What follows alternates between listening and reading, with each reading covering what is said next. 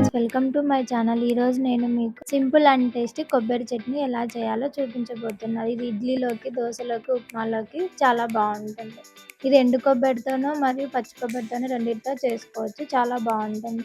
అందుకు కావాల్సిన ఇంగ్రీడియంట్స్: కొబ్బరి, ఉల్లిపాయ, పచ్చిమిర్చి, ఎండుమిర్చి, కరివేపాకు, టమోటా.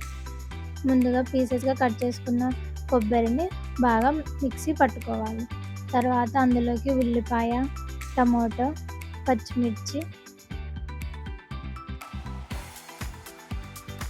ఇంకా సాల్ట్ కూడా వేసుకొని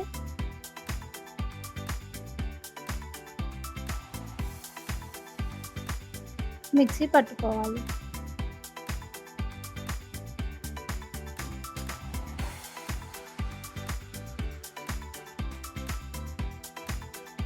ఇలా మెత్తటి పేస్ట్ లాగా మిక్సీకి పట్టుకోవాలి.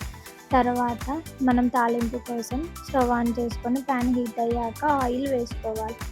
ఆయిల్ వేసుకున్నాక ఆవాలు, జీలకర్ర వేసుకొని చిటపటలాడించాలి. తర్వాత అందులోకి ఎండుమిర్చి, కరివేపాకు కూడా వేసుకోవాలి. ఇవన్నీ బాగా చిటపటలాడిన తర్వాత స్టవ్ ఆఫ్ చేసుకోవాలి. మనం గ్రైండ్ చేసి పెట్టుకున్న పచ్చడిని వేసి బాగా మిక్స్ చేసుకోవాలి. అంతే, వెరీ సింపుల్.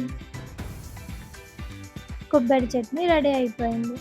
అలానే ఫ్రెండ్స్, మా కంటెంట్ కనుక మీకు నచ్చినట్లయితే మా ఛానల్ని సబ్స్క్రైబ్ చేయండి.